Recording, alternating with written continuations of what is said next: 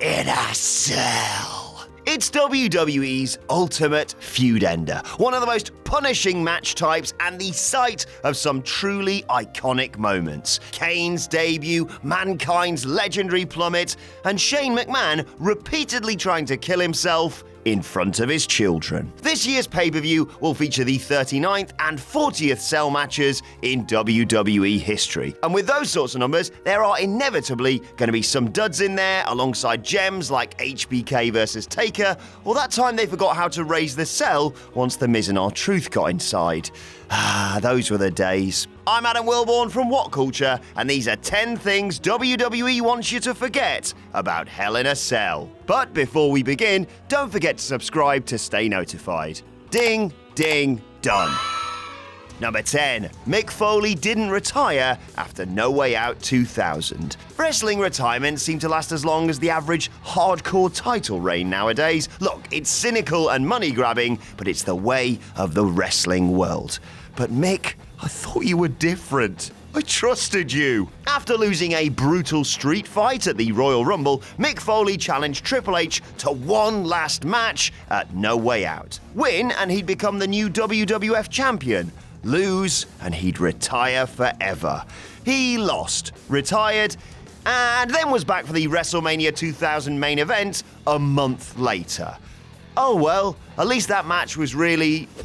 what's the bloody point? A McMahon in every corner? Seriously? Number 9. Early overkill. The first cell match came at Bad Blood 1997 and saw the iconic debut of Kane. So far, so good. However, just 1 year later, fans were subjected to 3 Hell in a Cell matches in around 2 months. Granted, one was the now legendary clash between The Undertaker and Mankind, but the other 2 occurred on Raw because WWE had a new toy and they were desperate to play with it. Bit like that shark cage they keep insist on using. No one cares, Vince. Luckily, WWE got their heads straight and began limiting such matches. But had they continued in the same vein, the stipulation might now be a barely remembered relic of the past, like the Punjabi prison or whatever the tout was. Number 8. Cells don't always sell. Vince McMahon understands the law of diminishing returns about as well as he understands what a burrito is. At Hell in a Cell 2012, for example, CM Punk faced Ryback inside the cell. And then, at Hell in a Cell 2013, CM Punk faced Ryback inside the cell with Paul Heyman on top. Unbelievably, people weren't exactly bothered about seeing this match a second year running just because it was inside the Devil's Playground again. In WWE's eyes, a match being inside Hell in a Cell makes it far bigger. If you're talking about Brock Lesnar versus The Undertaker, you might have a point. Randy Orton against Mark Henry, though? Not so much. WWE would definitely want you to forget that sometimes no one gives a about their big gimmick. Number 7. Triple H versus Kevin Nash. Speaking of this match stunk up the joint more than the pig manure that Eric Bischoff had been chucked into earlier on the night of Bad Blood. Oh, God, I miss redneck triathlons in my wrestling. Nash was carrying a pair of blown knees, of course, and the game was at his most immobile, having packed on unnecessary amounts of muscle since returning from injury in 2002. This match came across as nothing more than 2 big, strong dudes attempting to prove how big and strong they are. And they even put poor Mick Foley in there as ref so he could take the big bump. Lazy bastards. Good luck on Sunday, Mick. Number 6. Shawn Michaels and Triple H go 47 minutes. Another classic from the Triple H is better than everybody, even his old clique friends era. 47 minutes is a hell of a long time for a match, particularly in WWE. But if planned to a reasonable degree, executed smartly and sprinkled with clever incidents to keep the crowd hot, it can be successful. This wasn't it. Noel Gallagher once described jazz music as 4 blokes on stage having more fun than the people in the crowd. And whether you agree with that sentiment or not, it can certainly be applied here. Number 5. Undertaker throws his weight around, CM Punk suffers. In the dying days of the original brand split, CM Punk was enjoying a breakout run as World Heavyweight Champion, having won the belt in an electrifying feud with Jeff Hardy. Reportedly, Punk then got the wrong side of the wrong people backstage. Undertaker claimed that he should dress more like a champion, and Punk pointed out that John Cena dressed however he liked, including this monstrosity. Taker subsequently won the belt at Hell in a Cell 2009, and Punk, despite a massive wave of momentum, went off to form the Straight Edge Society. That went well. Number 4. Charlotte and Sasha underwhelm. After WWE remembered that women could actually wrestle in 2015 and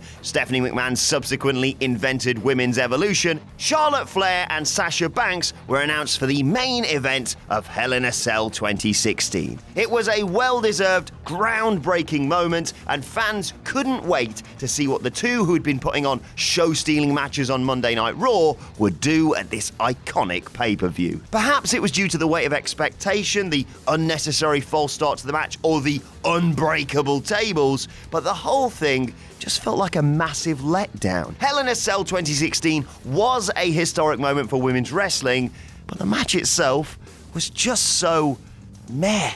Number 3. Kane and Undertaker's horrible feud. It's a sad truth that The Undertaker and Kane have never had a great match together. Search your feelings, you know it to be true. Their Hell in a Cell match at the 2010 pay-per-view of the same name was a particularly low point. A predictably slow affair, it built to an even more disappointing finish. As Under set up for his climactic tombstone, the lights went out. Paul Bearer removed the lid of Taker's urn and shone a torch in Taker's eyes, allowing Kane to steal an undeserved win. As my missus is always saying, what a disappointing climax. Number 2. Bray Wyatt's hologram. From one ludicrous supernatural finish to another. Seth Rollins and Dean Ambrose's Cell match in 2014 was hamstrung by one of the worst match endings in recent memory. And just think what that beats. The pair put on a dramatic, hard-hitting encounter, fulfilling the brutal demands of the stipulation without straying outside of PG restrictions. And then Bray Wyatt happened. With Ambrose on the verge of victory, the lights cut out. Bray's lantern appeared in the ring, emitting a hologram. Was this an impromptu two-pack gig? No, it was a load of bollocks. As Dean mirrored the reaction of WWE fans around the world, dumbstruck by the events unfolding before him, Wyatt rushed through the illusion and attacked, allowing Rollins to steal the win and utterly ruining the credibility of the match through spooky shenanigans. Ooh. Number 1. The Undertaker and Big Boss Man put on the worst Cell match ever. Some people are ecstatic when they win, others are overcome with emotion and bawl their eyes out. The Dead Man, however, opted to celebrate his win over the Big Boss Man at WrestleMania 15 by hanging his opponent. Lovely. Who knows, perhaps others could take note of this. The Oscars would certainly be more tense if the recipient of the Best Actor gong got to kill one of his fellow nominees. Anyway, the whole thing was rendered even more ridiculous as the segment ended, and despite witnessing a murder, JR simply brushed off the incident and began to hype the ensuing main event. Forget that we've just watched a man breathe his last breath. The Rock and Austin are next. And the match was dreadful too. Commonly regarded as the worst Hell in a Cell match ever, if you couple it with the finish, it becomes the worst Hell in a Cell moment in the history of the stipulation. Enjoy Sunday!